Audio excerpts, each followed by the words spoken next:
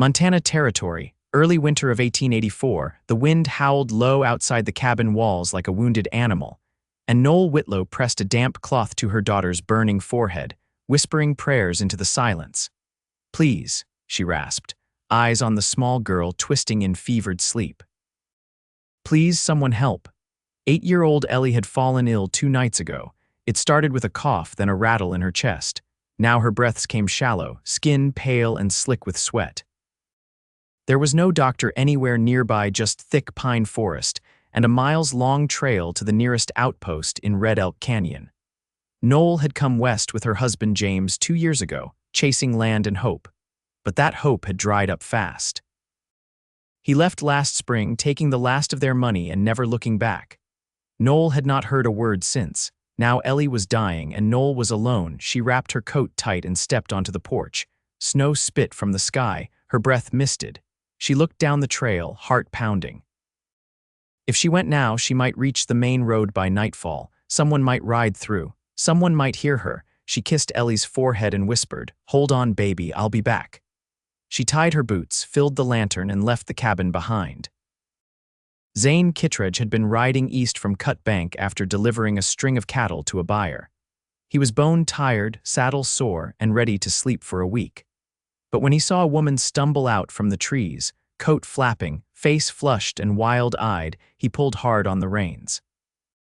"Hey," she shouted, voice cracking. "Please, please stop." Zane dismounted fast. "What happened, my daughter?" she gasped. "She's sick bad. Fever, maybe pneumonia. I need help, please." He saw her hands shaking. Her cheeks were raw from wind. She could barely stand. "Where's your cabin?" he asked. "Back that way, maybe an hour on foot, less on horseback." Without a word, he helped her mount his horse. "Hold on tight." They rode fast, snow kicking up behind them. Noelle clung to him, her cold hands clutching his coat. She guided him through the trees, past a broken fence line, up a narrow path. "She's inside," she said, sliding off the horse before it stopped. "Ellie." Zane followed her in. The heat hit him first, then the smell of sickness. The little girl lay on a cot near the stove, curled tight, skin pale as ash. "I brought willow bark tea down from the ridge 3 days ago," Noelle said, kneeling beside her. "It helped at first, but now." Zane set his saddlebag down and pulled out a flask and a cloth. "I've got whiskey." Not much, but enough to clean her mouth and try to break the fever. He looked around. "You got vinegar, honey?" "Yes," Noelle said, already moving. Zane worked quick, soaking the cloth, wiping Ellie's face, lifting her to help her drink. The girl's breathing was shallow but steady. He could feel her ribs through her nightgown. Noelle sat close, her hands fisted in her lap. "She's all I have," she whispered. Zane glanced at her. She looked young, maybe 25, but her eyes had seen too much. Grief clung to her like smoke.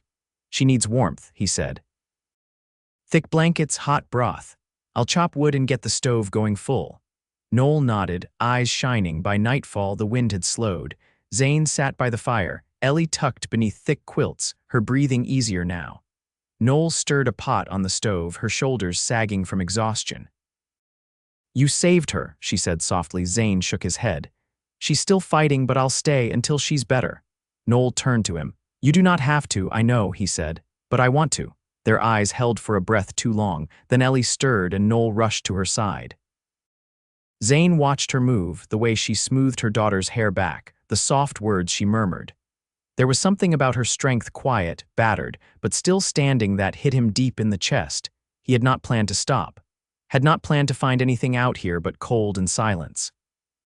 But now he was not so sure. The next morning, Ellie opened her eyes. Noelle cried, full and quiet, holding her daughter's hand. Zane stood back, giving them space, but his heart beat fast in his chest. "Thank you," Noelle whispered, brushing tears from her face. "You do not know what this means." Zane crouched beside the bed. "I think I do." Ellie looked at him, her voice scratchy. "Are you a real cowboy?" Zane smiled. "I reckon I am." She gave the faintest smile back. Noelle laughed softly, shoulders shaking. "You are a good man, Zane." Zane looked at her, really looked. Her skin was still pale, but her eyes were alive again. Hope had returned to her face. He felt something shift in him. "I was just passing through," he said. "But maybe I could stay a while, help with repairs, the livestock." "Whatever you need." Noelle blinked, surprised. "You would do that," he nodded. "Feels like I was meant to." She looked at him for a long moment, then said quietly, "You can stay."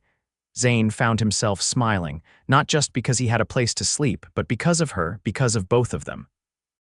And for the first time in years, he felt like maybe he had found something worth staying for. Zane stepped outside before first light, boots sinking into a thin crust of snow hardened overnight. The barn leaned slightly westward, its roofline bowed, but inside it held two scrawny goats and a sway-backed mule. He ran a palm down the mule's neck, whispering low. The animal flicked an ear but didn't pull away. When he grabbed the rusted axe from the wall, the handle nearly split in his grip. He'd need to plane it smooth or carve a new one. By the time he returned to the cabin with an armload of chopped pine, the sky had shifted from steel to slate. Smoke curled from the chimney. Through the window, he saw Noelle bent near the hearth, her hair pulled back with a strip of muslin, the line of her spine straight and sure. He paused. Inside, Ellie sat up in bed, a quilt tucked under her arms. Her cheeks held a trace of color now, and her eyes followed Zane as he stacked the wood. "I heard the mule bray," she said hoarsely. "He only does that when he's mad." "He's got opinions about the cold," Zane said, brushing off his coat. "Can't say I blame him." Noelle ladled something from the pot into a tin bowl and brought it to her daughter. "Only a little for now," she said gently. "More later if it sits right." Zane moved to the corner near the window, crouching to examine where frost had crept in overnight. "You've got a split in the chinking here," he said. "Wind's coming through." "I've tried patching it with moss and ash," she said. "Doesn't hold long. I can fix it proper once it warms a bit. Got some beeswax and canvas in my saddlebag." Noelle nodded once, setting the bowl aside. "You've done more already than I ever expected." "I don't need thanks," he said. "Just something to keep my hands busy." She hesitated, then said, "James wasn't much for repairs. He'd shake the stove and curse it, then ride off." Zane didn't answer. He picked up a strip of rag and began binding the axe handle. The silence stretched, not heavy, just full. Ellie's voice broke it. "Mama, can he stay for supper again?" Zane looked up. Noel's eyes met his. There was no hesitation this time, only a quiet nod. Later, while Ellie slept again, Zane sat on the porch sharpening the blade. Noelle brought him a tin cup of broth, cradled in both hands. "I had a brother," she said, sitting beside him on the top step. "Warren. He drowned crossing the Gallatin when he was 15. After that, I didn't look at rivers the same." Zane took the cup, not sure what to say. "He was the one who used to fix things. We'd sit out like this, and he'd show me how to mend tack or tie knots. I never thought it'd matter until I had no one else." "You made it," Zane said after a moment. "You've done more than most would." "No choice in it," he nodded. "That's usually how it goes." A gust pushed past the trees, brushing her hair across her cheek. She didn't move to fix it. He reached out and tucked the strand behind her ear. Her breath caught just once. "I'm not used to quiet men," she said, voice low. "I talk when it matters," he said. She looked at him then, really looked. Whatever she saw there, she didn't turn from it. That night, Zane slept in the lean-to behind the house, wrapped in a wool blanket and the fading scent of pine smoke. Ellie's breathing was steady through the wall. Somewhere in the dark, an owl called once and fell silent. He stared at the rafters until sleep claimed him with the weight of something he hadn't let himself feel in years belonging. In the days that followed, the rhythm settled in like snow falling steady. Zane repaired the roofline and restrung the fence with wire coiled in the barn loft. Noelle gathered dried herbs from the hanging bundles near the stove, crushing them into teas and poultices. Ellie grew stronger, her voice returning slowly, her laughter cautious but real. One afternoon, Noelle stood at the edge of the field where Zane was working the soil with a hoe dulled from years of use. Her apron was dusted with flour, and there was a smear of ash on her cheek. "I found a sack of seed barley in the cellar," she said. "Might be enough for one field." He leaned on the hoe handle. "You should plant it. I don't know how to keep it alive through harvest." "I do." She looked down at her hands, then back at him. "I never pictured this. Not with a stranger. I'm not a stranger anymore." "No," she said. "You're not." That night, as the fire burned low and Ellie slept tucked between wool and cotton, Noelle laid a hand on Zane's arm as he rose to leave the room. "You don't have to sleep out there." He didn't answer right away. His eyes searched hers. "I'm not asking for anything," she said. "Just don't leave." I won't, he said. When he lay on the floor near the hearth, closer than before, sleep came easier. The quiet between them was full again, but this time with something warmer, something waiting. Outside, the snow began to melt in thin streaks off the eaves. By early March, the soil began to soften beneath the frost. Patches of brown earth peeked through the snowdrifts, and the creek behind the cabin ran louder each day, swollen with meltwater. Zane spent the mornings repairing the wagon axle with a length of iron he'd scavenged from an old harrow, while Noel stitched a new feed sack from a ripped curtain. Ellie, still pale but stronger, sat near the woodpile with a slate and chalk Zane had found in his saddlebag, tracing letters she said she only half remembered from before the move west. One afternoon, when the air smelled faintly of wet pine, Zane paused beside the porch railing, wiping his hands on a strip of linen. Noel stood in the doorway, arms crossed loosely, watching him with a kind of quiet calculation. "You've got a way of fixing things that don't want to be fixed," she said, her voice neither teasing nor soft. Zane glanced at the wagon, then back at her. "We're not so different, you and me. We both outlast things." She stepped down to the yard, her boots sinking into mud where the snow had receded. "You ever outlast a place?" "I used to think I couldn't stay in one long enough to try." Noel tilted her head. "And now, I've been wondering what it would feel like," he said. "To belong somewhere I didn't have to ride away from." She studied him, something shifting in her expression, not surprise, but recognition. "It's not just the land that holds a man," she said. "It's who's on it with him." Zane bent to pick up a coil of rope, then paused, rope in hand. "You're not afraid anymore," he said. "I was," Noel answered. "Not just of losing her, but of needing anyone again. After James, I didn't want to owe a soul. You don't owe me, I know." She looked toward the barn, where Ellie had wandered with her slate still in hand. "She's taken to you. I've taken to her." Noel didn't smile, but her eyes softened. "She asked me this morning if you'd be here for her birthday." "When is it?" "Late May. I plan to be." That evening, when Ellie had gone to bed after tracing the whole alphabet in shaky lines, Noel brought out a pair of tin cups and poured the last of the blackberry cordial she'd set aside before winter. They sat by the fire, the light casting long shadows on the plank floor.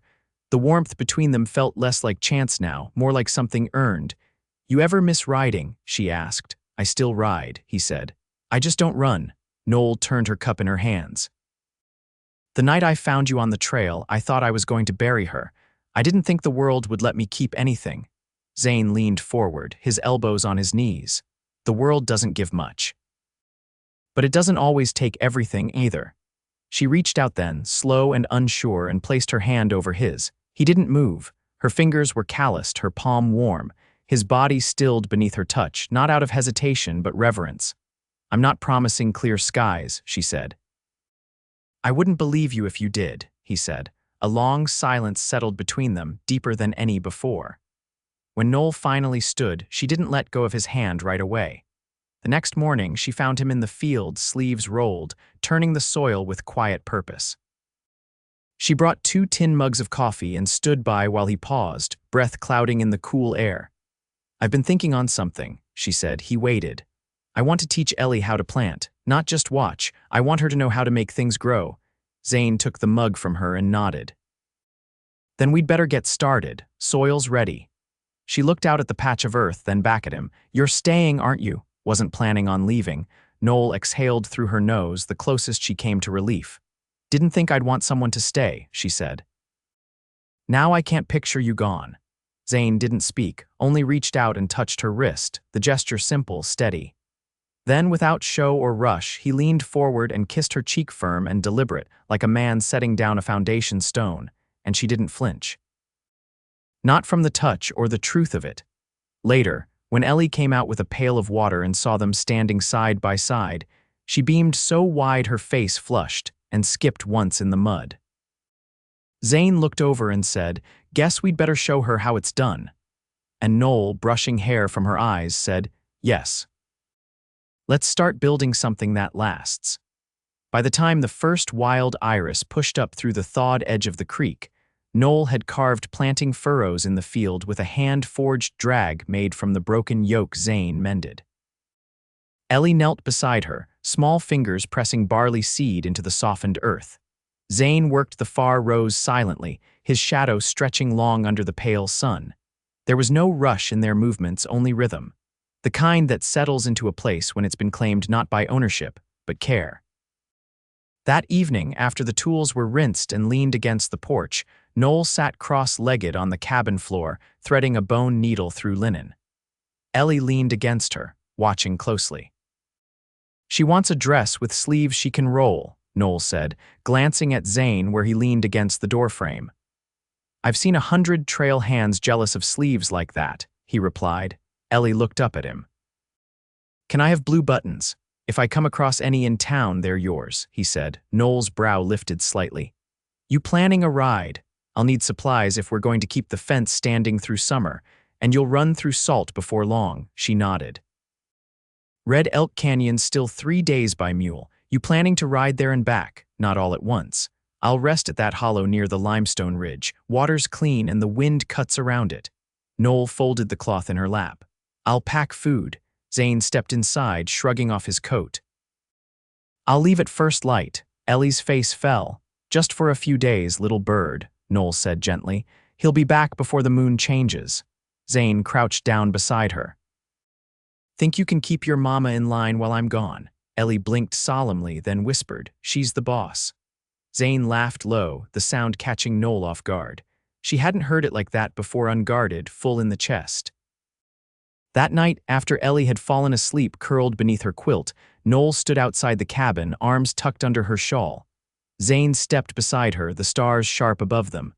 "Wasn't sure I'd ever see spring here," she murmured. "You've got it now." She turned to him. "You sure about going?" "I am." Her gaze held his. "Last time someone left, they didn't come back. I'm not him." She didn't answer right away. Then, slowly, she reached up and touched the collar of his shirt, fingers brushing the worn fabric. "No, you're not." Zane took her hand in his, rough palm curling around her fingers. "I'll be back, and I'll bring those buttons." In the morning, he kissed Ellie's forehead as she slept and left a string-tied bundle of cedar shavings on the table beside her. Then he mounted his horse and turned east, the hoofbeats fading into the hush of early light. The days without him were long but not empty. Noelle and Ellie tended the field, boiled lard for soap, and hung linen on the line.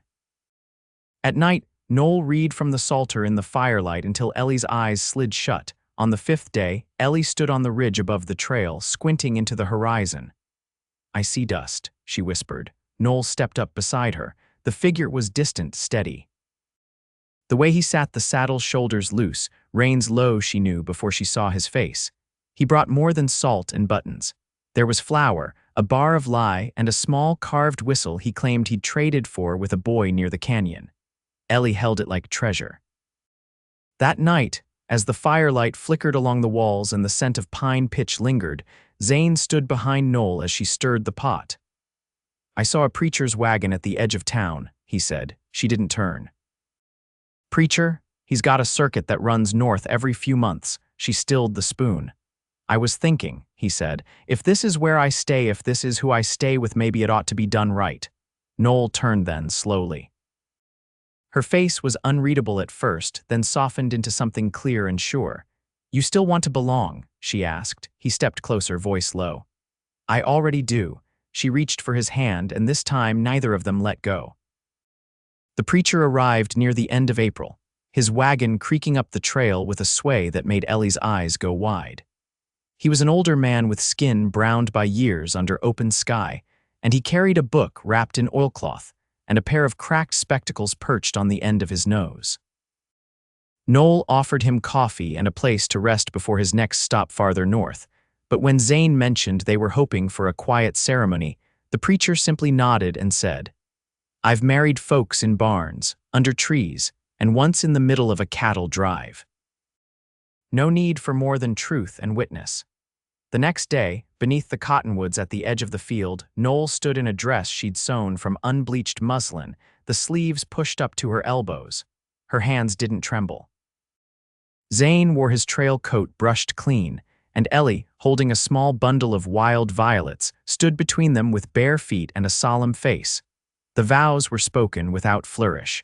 Noelle looked him in the eye as she said his name.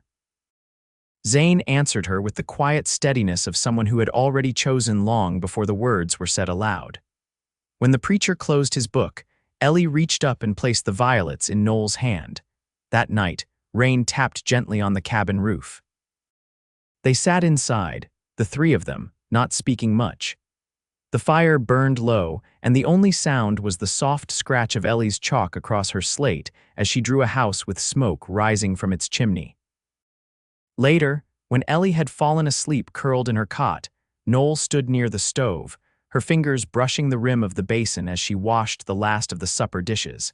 Zane came behind her and placed his hands on her waist. She leaned back into him, her eyes closed. "I didn't think I'd ever feel safe again," she said. "I didn't think I'd ever want to stop moving," he said. She turned then, water dripping from her hands onto the floorboards, and pressed her forehead to his. "We're here now." He kissed her, not urgently, but with the grounded certainty of someone who understood the weight of permanence. They moved together quietly, no rush, no hesitation, nothing to prove. Just warmth, and the slow unfolding of a bond already sealed by months of shared work and quiet trust. By the first days of June, the barley was waist-high. Ellie spent her mornings collecting stones from the field edges and her afternoons drawing shapes in the dirt behind the cabin. Noelle began teaching her numbers using dried beans lined up on the table in neat rows. Zane built a chicken coop from scrap lumber and scavenged nails, and when they traded with a passing wagon for 3 hens and a bantam rooster, Ellie named them after books she could barely read. One morning, Zane found Noelle sitting on the porch with her knees drawn up and her shawl draped over her shoulders. She was studying the line of trees beyond the fence, her face unreadable. He sat beside her and waited. She finally said, "There's a part of me that still expects something to take this away. Like it's too good to last." Zane reached over and slid his hand into hers. "I used to believe that too. But things don't always end the way they start." She looked at him, and her expression shifted not to joy or surprise, but to something deeper, recognition, relief. "I planted squash this morning," she said. "Just a few rows." He squeezed her hand gently. "That's a good choice." "It'll hold through winter," she nodded. "That's what I was thinking, about what lasts." They stayed sitting like that, watching the wind move through the grass, not speaking again until Ellie came running from the barn with a feather in her hand and mud on her chin. That summer, the field gave more than they'd expected. Not just barley, but wild mint, yarrow, and a scattering of black raspberries along the creek bed. Zane carved a bench from a felled pine and placed it under the cottonwoods where they'd been married. Noelle hung a string of dried orange peels over the doorway to keep flies from the kitchen. They never traveled far. There was always enough to do and no reason to leave by autumn. The cabin had grown quieter in the evenings, not from emptiness, but from contentment. Ellie's reading had improved, and she often fell asleep with her finger resting between pages. The chickens grew fat, and the mule, once wary, let Ellie feed him from her palm.